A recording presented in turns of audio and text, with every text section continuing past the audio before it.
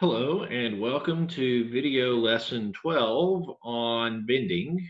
This particular session will be a review of shear and moment diagrams.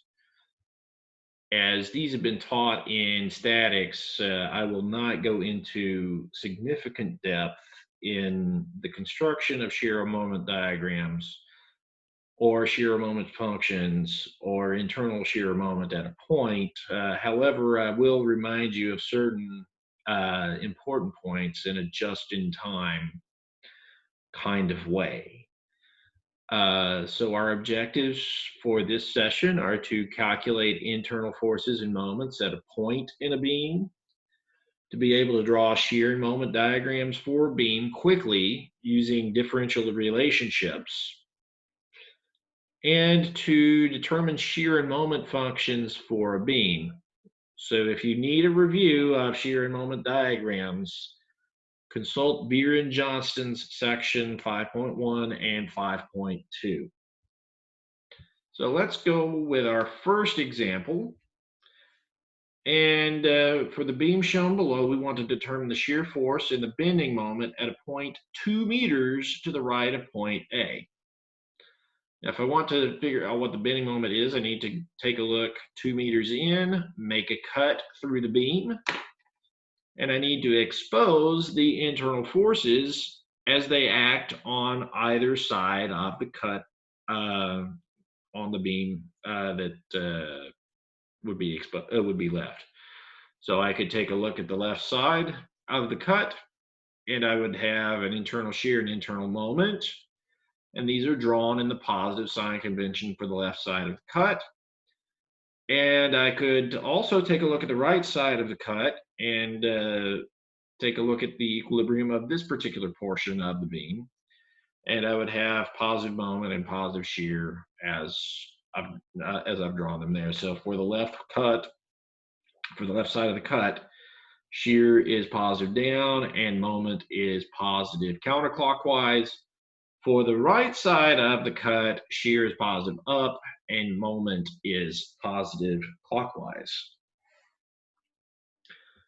So we could use either piece, but generally you want to use the simpler piece, the piece that has fewer loadings and less of the beam typically. So that would be for us the left piece. So although we could use either piece, it's going to be simpler to use the left piece. And if I consider the summation of forces in the y direction equal to 0, I would be able to isolate the shear in a single equation, having done the support reactions beforehand. I would have V equal to 1,000 newtons for this support reaction, minus 200 newtons per meter, which is the intensity of this distributed load, times 2 meters, which would give me a final result of 600 newtons, which was what we wanted. Note that this is not a 600 newtons down or 600 newtons up. It is positive shear, meaning it would act down on the left-hand piece and upward on the right-hand piece. So there is no arrow to draw for internal shear. There is no arrow to draw for internal moment. It has a sign convention that we use. So for the moment, we would have the moment opposing the action of the 1,000 Newton force to spin the beam clockwise about the cut point. So the moment would be equal to 1,000 newtons times 2 meters, but this moment here gets a little assistance from the distributed load, which we have to account for on the free body diagram as well, and in our moment equilibrium equation. So we have to take off 200 newton meters, 200 newtons per meter times 2 meters, which would be, it would be 200 newton meters times 200 newtons per meter times 2 meters times 1 meter. So the resultant would be 200 newtons per meter times 2 meters or 400 newtons for the resultant. And then that acts at 1 meter from the cut. So for the moment function, or for the internal moment 2 meters in from point A, we would have the moment equal to 1,000 newtons times 2 meters minus 200 newtons per meter times 2 meters times 1 meter, or 1,600 Newton meters. And that's our first example. Now let's move over here to this example and let's draw the shear and moment diagrams for this beam. I've got a 600 Newton load, 2 meters in, 500 newtons, 5 meters in, and 5 more meters before the other support. Using statics methods, we would easily find that the support reactions were 730 newtons on the right and 370 on the left. So we want to draw shear and moment diagrams for the beam. So it's always best to construct the shear diagram first, because you can use a lot of information from the shear diagram many times to construct the moment diagram, because the shear is the slope of the moment diagram. And if I'm taking a look here, I cut through this part of the beam. I only have the 730 Newton force to the left of the cut, so the internal shear is a positive 730 Newtons. Then I would move over to the middle span between the two point loads, and I would see that I would have a shear of positive 130 Newtons. Because the internal shear would have to act down to the left piece to get with a magnitude of 130 to add to the 600 to get to that 730 and balance the left piece.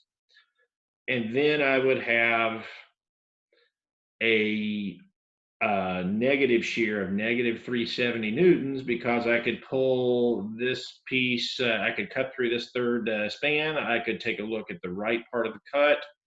Shear would have to act down on the right part, that is negative shear, so I'd have negative 370 newtons. And that would be my shear diagram. Now, either end of this is a simple support, and for moment, bending moment is always 0 at a simple support. It's always 0 at an internal hinge. So a pin, a roller, a free end, any of those, you have a bending moment of 0, so we can just go ahead and draw those points. Now the shear diagram is the slope of the moment diagram, so I know that I've got a shear of 730 newtons for 2 meters. That means that the slope of the moment diagram is 730 Newton meters per meter. So I would come up to 1460 Newton meters. Then I've got a shear of 130 newtons, and the slope of this line is 130 Newton meters per meter. So over 3 meters, I end up getting up to 1850 Newton meters. And then I know that I've got a negative 370 Newton shear over the entire last 5 meters of the beam. So that means that the moment diagram is going to go down linearly all the way to the end of the beam. And if I'm aware of the differential relationships between load and shear, so if I see no load in the particular span of the beam, I know that the shear is going to be constant in that span of the beam, and the moment would have to be linear. So the moment is always going to be a power higher than the shear if we have polynomial functions, and the shear is always going to be a power higher than the loading.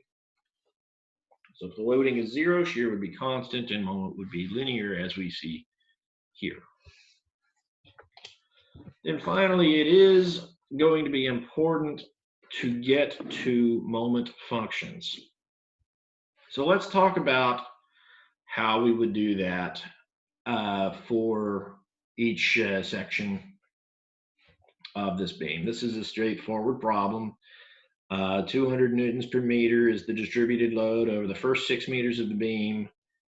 I have 840 Newton support reaction at the left, and I have 360 Newton support reaction at the right. And I have the points A, B, and C for the beam. So for span AB or section AB, I would want to make a cut at some arbitrary distance X from the support if I wanted to get the shear or the moment function. I would expose the internal shear and the internal moment, and these are assumed to be functions of X. And I would apply equilibrium equations just as I did on the first example in this set of 3 examples. And I would be able to come up with a resultant of this distributed load, which is 200x. So in this section, I would have V equal to 840 newtons minus 200x newtons.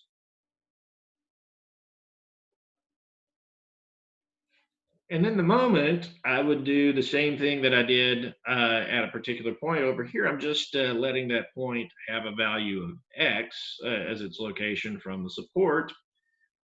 And I would have 840 times x that this moment has to balance. And then I would take away 200x times x over 2, or that would be 100x squared Newton meters.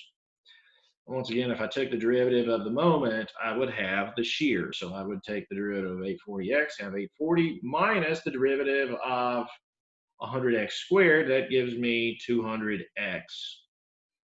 And this would be in Newton meters. And both of these would be good for 0 through x, where x is between 0 and 6 meters.